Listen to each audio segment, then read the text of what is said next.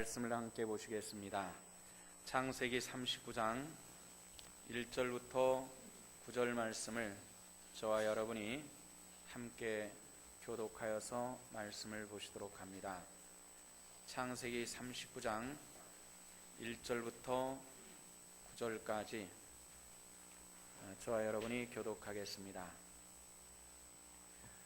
요셉이 이끌려 애굽에 내려가매 바로의 신하 친위 대장 애굽 사람 보디발이 그를 그리로 데려간 이스마엘 사람의 손에서 요셉을 산이라.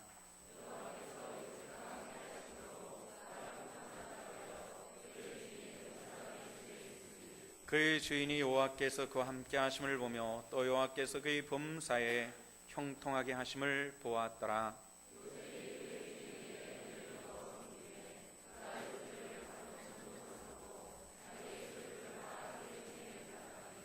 그가 요셉에게 자기의 집과 그의 모든 소유물을 주관하게 한 때부터 여호와께서 요셉을 위하여 그 애굽 사람의 집에 복을 내리심으로 여호와의 복이 그의 집과 밭에 있는 모든 소유에 미친지라.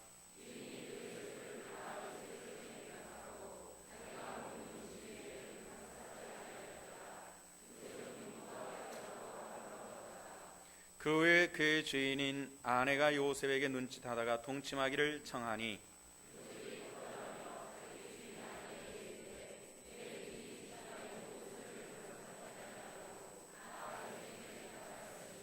함께 이 집에는 나보다 큰 이가 없으며 주인이 아무것도 내게 금하지 아니하였어도 금한 것은 당신뿐이니 당신은 그의 아내임이라. 그런즉 내가 어찌 이 큰 악을 행하여 하나님께 죄를 지으리이까. 아멘.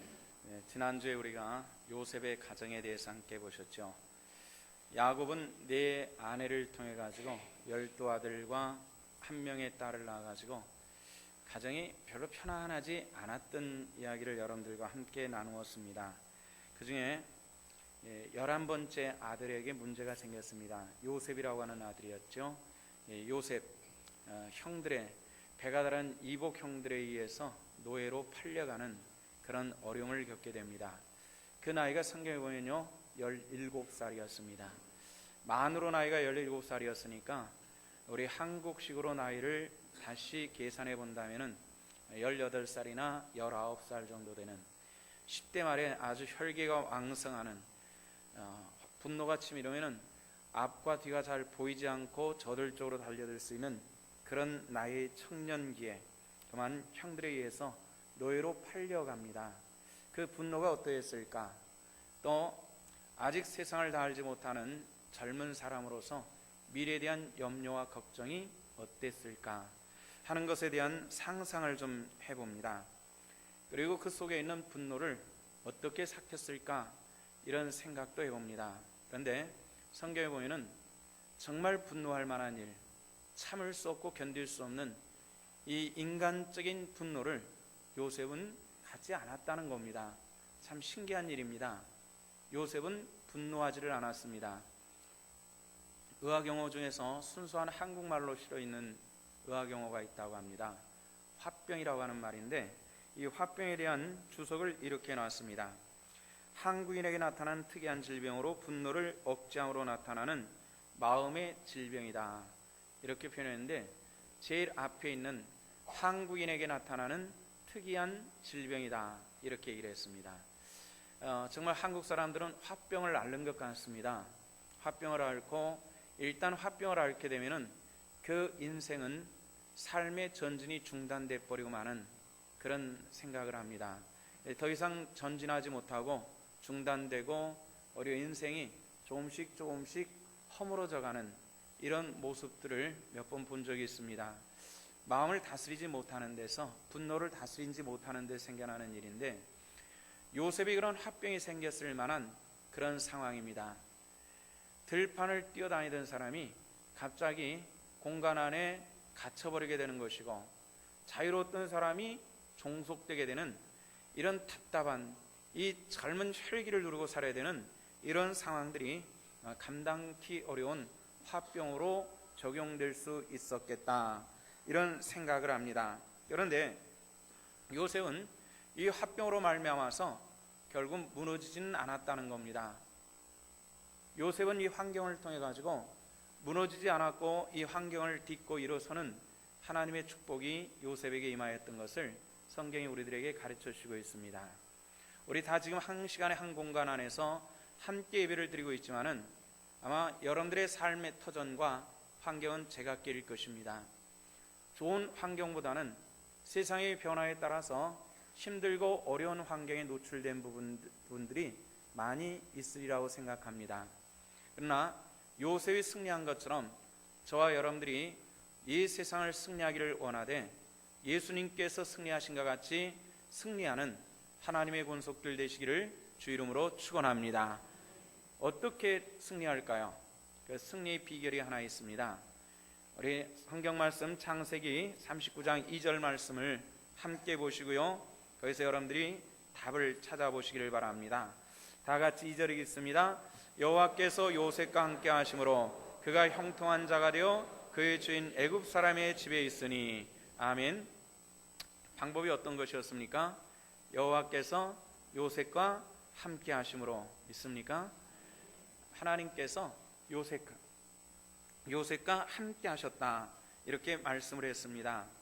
요셉과 함께 하신 하나님, 그 옛날 옛적에 이스라엘 땅의 요셉과 함께 하시고 그리고 애굽 땅에도 함께 내려가신 하나님께서 저와 여러분들에게 오늘도 함께 하시고, 장차 세상 사람들은 세상이 힘들다고 말할지라도 그 힘든 세상 속에서도 저희와 함께 하시는 하나님이신 줄로 믿습니다. 그런데 하나님께서 함께 하셔도 이 함께 하심에 대해서 체험하지 못하거나 그리고 받지 못하는 사람들이 종종 있습니다. 원인이 있습니다. 두 가지에서 찾아볼 수가 있겠는데요. 가치 있는 것과 값어치 없는 것에 대해서 구분을 못할 때에 하나님께서 함께 하셔도 그것을 분별하지 못할 수밖에 없다는 것입니다. 우리는 하루살이 인생이라고 하는 말을 잘 알고 있습니다. 하루밖에 살지 못하는 인생, 우리가 그렇게 생각하기 쉽습니다만은 하루살이라고 하는 것은 하루밖에 살지 못하고 죽는 그런 곤충입니다. 그러나 하루살이 인생이라고 말할 때는 그 하루살이처럼 값어치 없는 인생을 살아가는 이런 사람들을 하루살이 인생이라고 말합니다. 저와 여러분들이 하루살이 인생이 되지 않기를 원합니다. 그 이유는 무엇입니까? 우리는 가치 있는 하나님의 백성이기 때문에 그렇습니다. 베드로전서 2장 9절에서는 사도 베드로는 이런 얘기를 합니다. 너희는 택하신 족속이요 왕같은 제사장이요 거룩한 나라요 그의 소유된 백성이니. 우리 신분에 대한 정의가 바로 거기에 있습니다. 한번 따라할까요? 택하신 족속이요 왕같은 제사장들이요 거룩한 나라요 그의 소유된 백성이니. 이 사실을 저와 여러분들은 믿어야만 하는 겁니다. 믿습니까, 여러분들? 자, 제가 다시 한번 정리해 드리겠습니다. 택하신 족속이요 왕같은 제사장들이요 거룩한 나라요 그의 소유된 백성. 우리의 신분이 그런 신분을 가지고 있습니다. 하루살이 인생과는 거리가 멀지요. 우리는 존귀한 하나님의 자녀임을 알아야 되겠다는 겁니다. 한번 따라합시다. 나는 존귀한 하나님의 자녀다. 믿으시면 아멘. 우리는 존귀한 하나님의 자녀입니다. 이 존귀한 하나님의 자녀의 신분을 존귀하지 못한 것과 바꿔버릴 때 우리는 승리할 수가 없다는 것입니다. 작년에 터키 이스탄불에 있는 토카프 궁전이라고 하는 곳에 들어가 봤습니다. 그 토카프 궁전은 지중해가 내려다 보이는 아주 아름다운 언덕에 있는 터키 왕들이 살던 그런 궁전입니다. 거기는 여러 개의 전시실인데요, 그 중에 보물 전시실이라는 것이 있었습니다. 3개의 전시실인데요, 그 3개의 전시실 하나하나가 우리 예배당만한 이런 크기의 전시실이 있었습니다. 이 전시실에서는 정말 아름다운 보물들이 전시되어 있었는데요, 3번째 전시실 가장 깊은 곳에 가장 비싼 보물 하나가 전시되어 있었습니다. 그 보물은 무엇이냐면은 다이아몬드였습니다. 다이아몬드가 이 결함보다는 조금 적은 그런 아주 엄청나게 큰 그런 다이아몬드가 몇 개의 불빛이 비춰지는 곳에 그렇게 전시가 되어 있었는데 약간씩 움직이면서 이 불빛을 받아가지고 반사하는 그 영롱한 색깔이 정말 환상적으로 아름다웠습니다. 근데 이 커다랗고 아름다운 다이아몬드가 값어치가 얼마나 되는지는 모르겠습니다. 팔아보지를 않았기 때문에 값을 매겨보지를 않아서 얼마나 값어치가 되는지 값이 매겨지지 않는 보물이라고 하는데, 이 보물이 어떻게 만들어졌냐면은 이 보물은 한 어부가 그물에서 담겨져 그물을 내렸는데 그물에 담겨있는 돌에서 발견이 됐습니다. 원석이 그물에 걸려온 거예요. 근데 그 원석이 굉장히 아름다운 뭔가 이 바위 돌멩이 안에 박혀 있는데 반짝반짝 빛나는 건데 이게 뭔지를 몰랐습니다. 집에다가 모셔놨는데 그것을 그 지역을 통치하는 관리가 그것이 다이아몬드라고 하는 것을 알아보고 그 어부에게 그것을 나에게 넘겨달라, 내가 충분한 값을 지불하겠다, 이렇게 이야기를 했습니다. 내가 너에게 뭘 주기면 좋겠느냐, 값을 얘기하라 그러니까 당시 터키 사람들은 그전에는 밥을 먹을 때 손가락으로 먹었습니다. 근데 서구 문물의 영향을 통해 가지고 스푼을 가지고 먹는 이런 그 풍토가 들어오면서 이 스푼을 먹는 사람들은 문화된 사람, 그리고 귀족들, 잘 사는 사람들의 상징이었습니다. 자기들도 이 스푼을 가지고 밥을 먹었으면 좋겠다라는 이런 생각을 많이 했던 차에 이 다이아몬드 원석을 팔려고 하니까 까짓거 뭐 돌멩이 예쁘긴 하지만 이런 생각을 하면서 얼마를 줄까 물어볼 때에 우리 식구가 전부 스푼을 가지고 밥을 먹을 수 있도록 숫자에 맞춰서 스푼을 주십시오. 이렇게 해가지고 그 가족 숫자에 따라서 스푼을 얻고 그 다이아몬드를 내줘서 그 다이아몬드 이름은 스푼 다이아몬드라고 이렇게 이름이 적혀 있는 것을 보았습니다. 스푼 다이아몬드. 마치 저는 처음에는 이 다이아몬드 크기가 스푼만, 숟가락만 하기 때문에 스푼 다이아몬드인 줄 알았는데 사연이 그런 데 있는 것을 알았습니다. 얼만큼 값어치가 나가는지 알지 못하는 굉장히 어마어마한 그런 보물인데 스푼 몇 개의 다이아몬드를 팔아버리고만 그런 역사가 있었던 것입니다. 우리 삶들 속에서 가치 있는 것과 가치가 덜한 것을 분별하는 것은 지혜에 속한 것입니다. 우리 삶의 가장 중요한 것은 이미 저와 여러분들에게 주어진 줄로 믿습니다. 그것은 무엇입니까? 믿음을 통한 영생을 주어진 하나님의 놀라우신 선물을 수여받은 하나님의 사람이 되었음을 기억하시고 이 거룩한 은혜를 가벼운 곳에 팔아넘기지 말자는 것입니다. 가장 가치 있는 것을 가지고 하나님 앞에 영광 돌릴 수 있는 그런 하나님의 권속들 될 수 있기를 부탁을 드립니다. 교회 초창기 쪽에 저 구조공 아파트 3층에서 교회를 개척을 했습니다. 교회를 개척한 지 얼마 되지 않아 가지고 그 교회 앞에 있는 아파트에서 다른 교회를 다니는 집사님 네가 있었는데 아주 신앙으로 산다라고 그렇게 소문이 난 그런 분이었습니다. 근데 30대 말의 남자 집사님이 출근해가지고 퇴근해 돌아오다가 교통사고로 유언은 한마디도 하지 못하고 그 자리에서 세상을 떠나버리고 말았습니다. 요즘처럼 용인이 사람이 많지 않고 그 당시 그 주변에만 옹기종기 모여 살았던 이 조그만한 동네였는데 그만 신앙 좋은 한 남자 집사님이 퇴근하다가 세상을 떠나버렸으니까 사람들은 이렇게 얘기를 했습니다. 정말 하나님은 살아계셔? 하나님이 살아계신다면 이런 이야기들을 들었습니다. 근데 장례를 다 치르고 나서 다시 그 동네에 나오는 이야기가 있었습니다. 그것은 뭐냐면은 참 신앙의 힘은 대단한 것 같아, 이런 얘기였습니다. 왜 신앙의 힘은 대단한가 하고 그 사연을 알아봤더니 여자에게 30대 여자에게서 아이 둘을 딸린 30대 여자에게서 남편은 거의 인생의 전부에 해당되는 것일 겁니다. 그런데 그가 죽은 거예요. 사람들이 이 말할 수 없는 비통에 잠겨있는 미망인을 찾아서 위로를 하는 겁니다. 그런데 그 위로를 받는 사람이 오히려 위로하여 말하기를 여기에도 하나님의 뜻이 있을 거예요, 이렇게 대답을 하는 겁니다. 이 말이 여러분들 이해가 가십니까?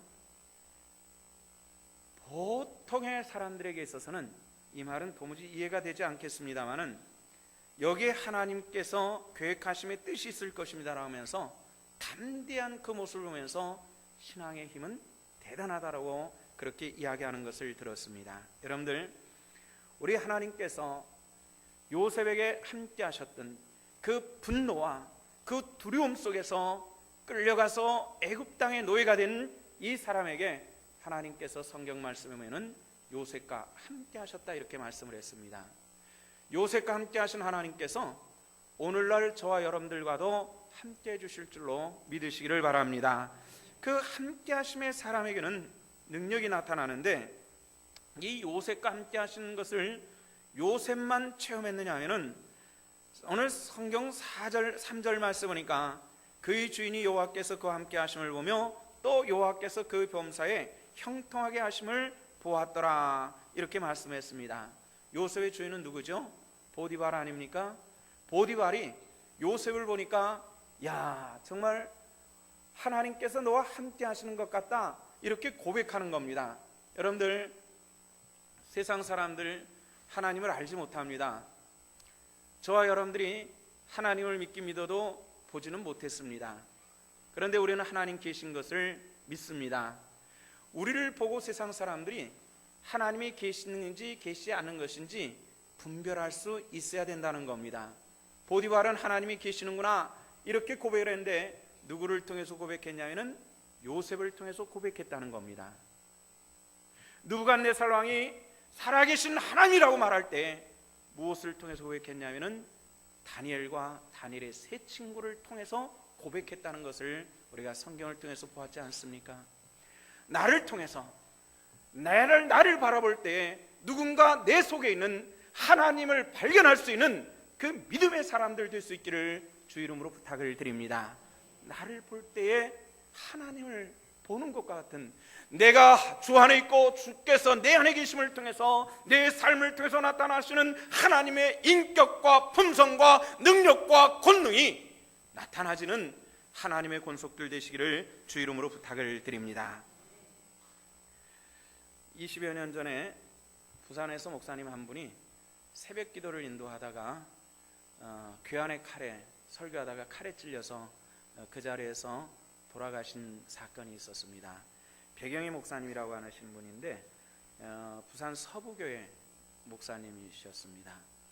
이분이 고향이 본래 거창이었다고 합니다. 거창 읍내에 사셨는데 일제시대 때 이분이 이 술도가, 그러니까 양조장을 하였습니다.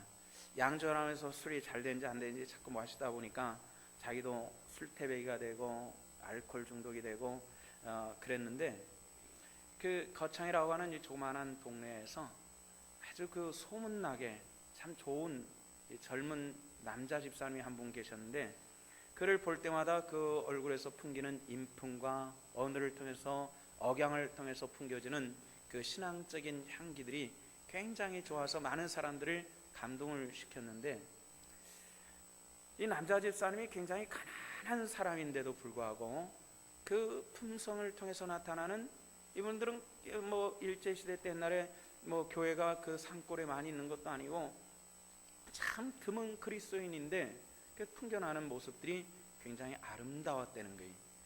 근데 그 양반이 하는 일이 뭐였냐면은 흑염소를 몇 마리 먹이고 있었는데 자기 양조장을 왔다 갔다 하는 모습을 보면서 뭐 통성명을 해보지도 않았고 그냥 동네 사람들이 참 훌륭한 사람이라는 얘기만 들었는데 어느 날 그 사람의 그 인품, 자기보다 훨씬 나이가 어리지만은 반해가지고 저 사람처럼 살고 싶다라는 이런 생각을 해가지고 어느 날 염소를 끌고 앞을 지나가는 그 집사님에게 요청을 했다고 합니다.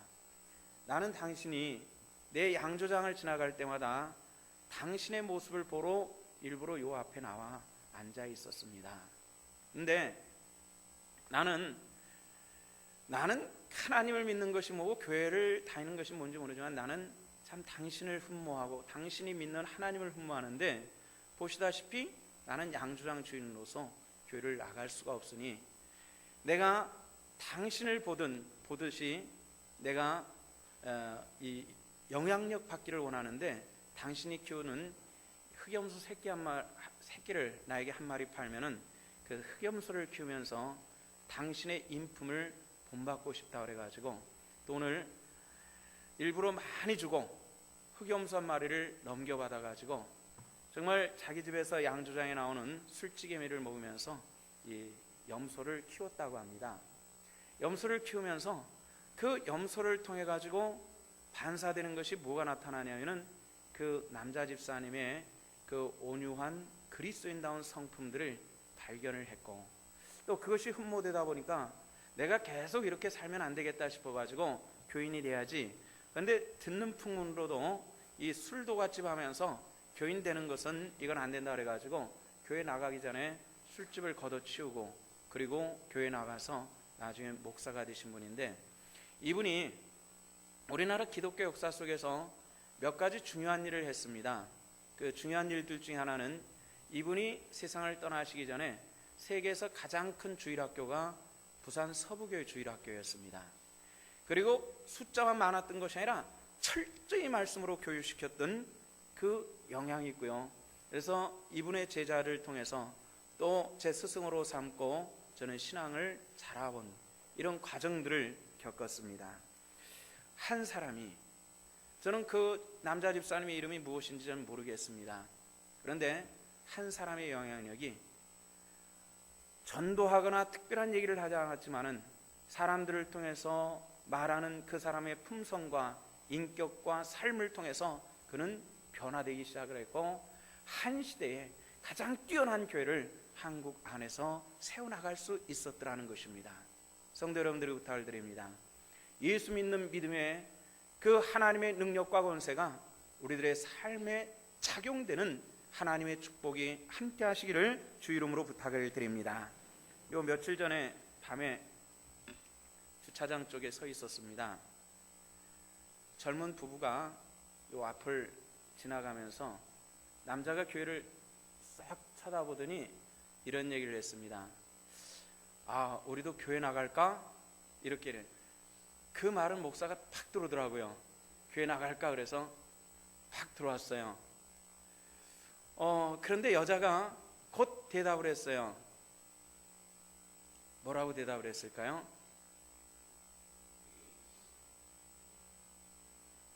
우리 교회 다니자고?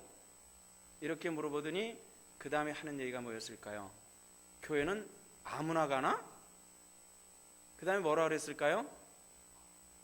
교회는 돈 있어야 다녀. 이렇게 얘기를 하더라고요. 그래서 제가 뭐라 그랬을까요? 아니에요, 돈 없어도 돼요. 교회 오세요. 그랬는데 1부, 2부, 3부 다 지나도록 제 눈에는 안 보이네요. 누가 그 여자분에게 교회는 돈 있어야 다닌다고 얘기해 줬을까요? 참 우리가 쉽게 얘기하는 어리석은 말들이 사실 복음을 닫고 있다는 겁니다. 물론 돈 있어서 좋겠죠. 그러나 없는 자도 오라, 값없이 사라고 말씀하시는 주의 복음의 말씀을 듣고 이 말씀이 증거되는 하나님의 권속들 되시기를 주 이름으로 부탁을 드립니다. 최소한 우리 신성교회는 돈 없이 와도 된다고 얘기해 주시길 바랍니다.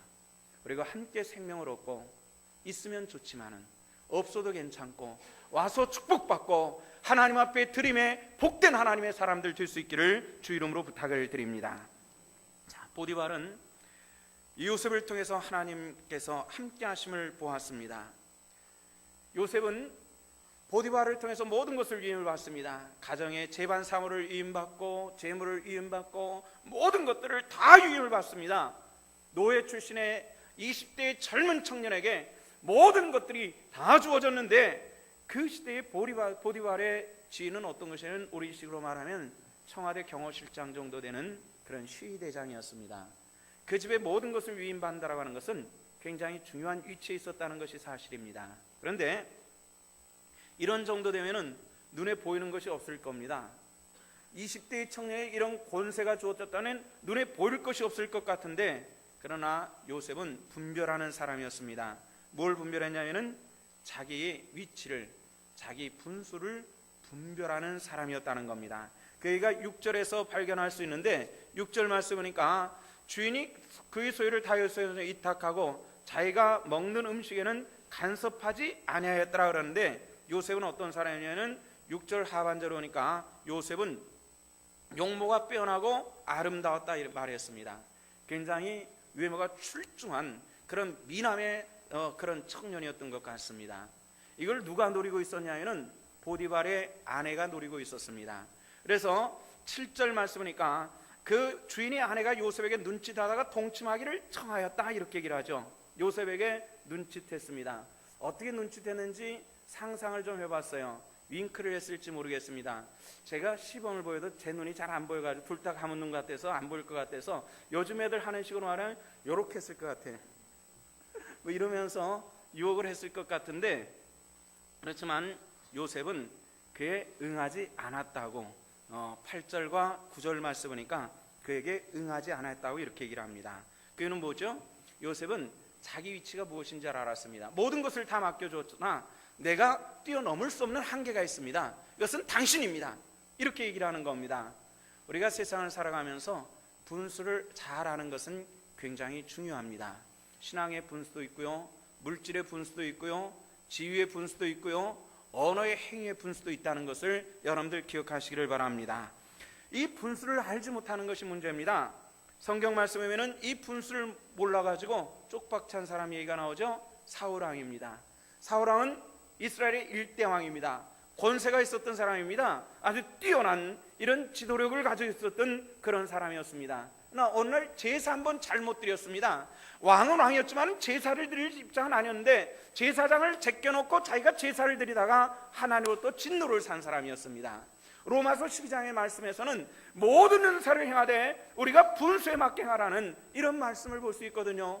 우리가 신앙 안에서 모든 것을 알 수가 있습니다. 고린도교에 편지하는 것은 우리가 모든 것을 다 할 수가 있다. 그러나 하나님의 영광을 위해서 우리가 해야 될 것과 하지 못할 것을 분별하는 것은 이것은 매우 중요한 일들이라는 것입니다. 성도 여러분들이 부탁드립니다.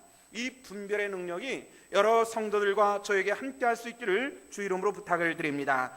이것이 뭘 의미하는 것이냐? 이 분별하지 못하고 분수를 뛰어넘는 것은 하나님께 범죄하는 것이다라는 것을 요셉은 잘 알았습니다. 9절 말씀 보니까 그런 얘기가 나옵니다. 9절 하반절 제일 아래 보니까 내가 어찌 이 큰 악을 행하여 하나님께 죄를 짓겠습니까? 하나님께 죄 지을 수는 없지 않습니까? 이런 일들이었습니다. 이 죄를 짓는다는 것은 아내를 범함을 통해서 보디발에게 죄를 짓는 것이고 그 아내에게 죄를 짓는 것이고 그럴 것 같은데 여기서 남편이나 아내에 대한 얘기는 다 사라져버리고 뭐라 얘기하냐면 내가 하나님께 이것은 범죄하는 것이기 때문에 안 됩니다. 이렇게 얘기를 했습니다. 이 말의 뜻은 뭐냐면은 요셉은 이 사건을 통해서 그 어떤 것들보다도 먼저 하나님을 의식하고 있었더라는 겁니다. 여러분들 하나님을 의식하는 성도들 되시기를 주 이름으로 부탁을 드립니다. 하나님이 의식되지 않는 것, 이것은 굉장히 곤란합니다. 하나님을 의식하는 이 신앙적 삶을 뭐라 얘기하냐면 신전의식이라 이렇게 얘기합니다. 신전의식은 뭐죠? 하나님 앞에라고 하는 이런 영적인 인식을 갖는 것을 신전의식이라 이렇게 얘기를 하는 겁니다.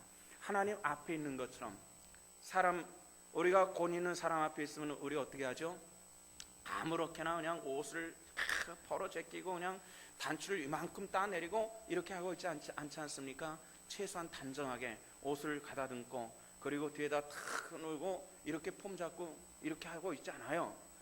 대부분의 사람들은 권 있는 사람 앞에서는 두 손을 모으고 가급적 단전하게 약간의 고개를 숙이고 단정한 모습으로 있죠. 이것이 하나님 앞에서도 우리가 영적으로는 그리해야 된다는 겁니다. 이것이 신전의식인 줄로 여러분들 기억하셔야만 합니다. 하나님 앞에서의 의식입니다. 하나님 앞이 아니기 때문에 하나님 앞이 사람 앞이라면은 사람만 있다면은 우리가 무엇을 해든지 눈 가리고 넘어갈 수가 있으나 하나님은 불꽃 같은 눈으로 감찰하시며 사람을 보고 계시는 그 하나님 앞에 신전의식을 갖는 이것은 굉장히 중요한 일들이었습니다. 요셉이 시험을 이길 수 있었던 것은 바로 하나님 앞입니다. 이런 의식이었습니다. 하나님께 범죄할 수 없잖아요. 이런 이야기입니다. 이것은 날마다 이건 중요한 일들인데 우리가 신앙생활할 때 아니오라고 말할 수 있는 이것도 굉장히 중요한 일들입니다. 사람들은 신전의식이 하나님과 나와의 관계가 없이 사람과 사람과의 관계 속에서만 문제를 해결하려고 합니다. 사람과 사람과의 관계 속에서는 사람은 이기적이고 사람은 범죄자이기 때문에 해결되지 않습니다. 하나님과 나와의 관계 속에서 내가 하나님 앞에 범죄할 수 없습니다라는 이런 신전의식을 가지고 승리할 수 있는 우리 성도들의 삶이 될 수 있기를 부탁을 드립니다. 창세기 39장 10절에서는 이 여인이 날마다 요셉에게 와가지고 요셉을 유혹하고 요셉을 넘어뜨리려고 하지만은 요셉은 여인의 청을 들어주지 않았을 뿐만 아니라 뭐라 그랬어요? 함께 있지도 아니하니라.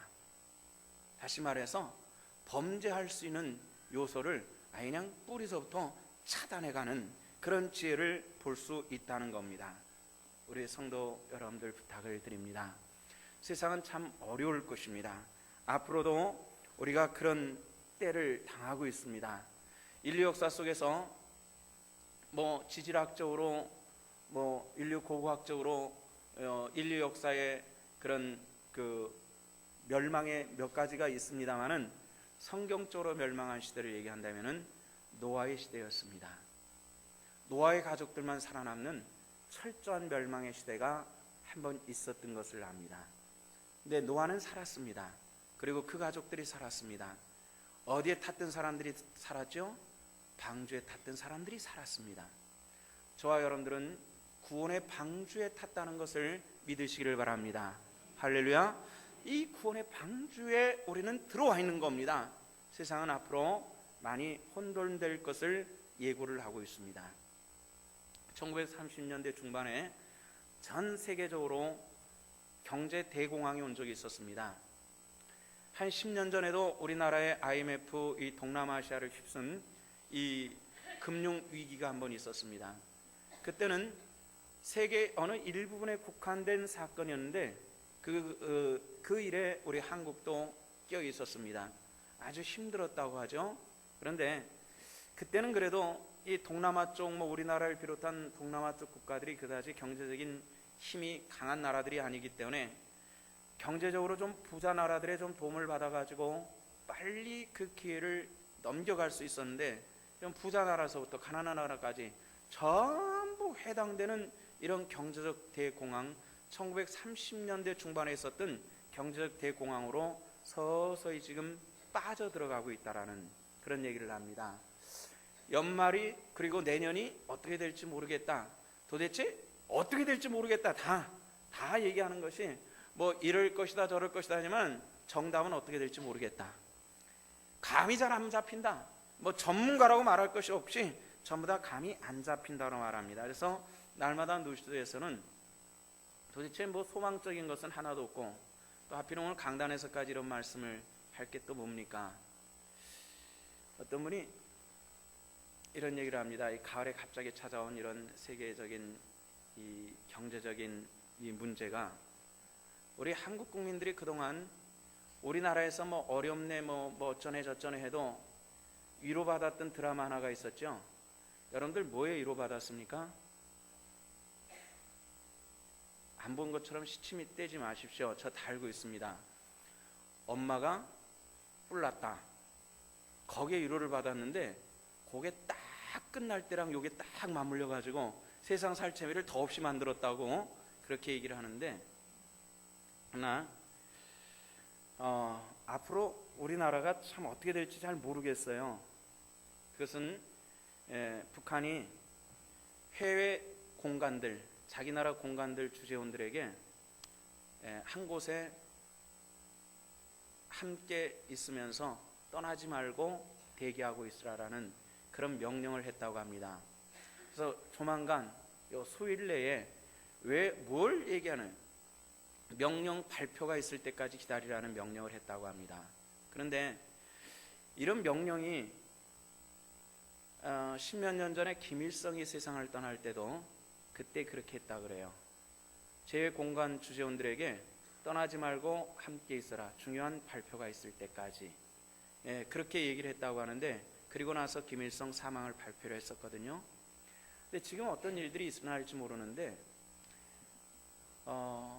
우리나라가 경제적으로 흥황할 때 같은 모르는데 서로 어려울 때에 내 입에 밥 들어가기도 힘든데 남의 식구 밥 주기까지 힘든 이런 상황 속에서 어려운 일이 있으면 어떻게 할까 하는 사실 걱정들이 참 많은 것 같습니다. 어제 한미 동맹 그 조약의 구체적인 내용을 이렇게 얘기를 했습니다.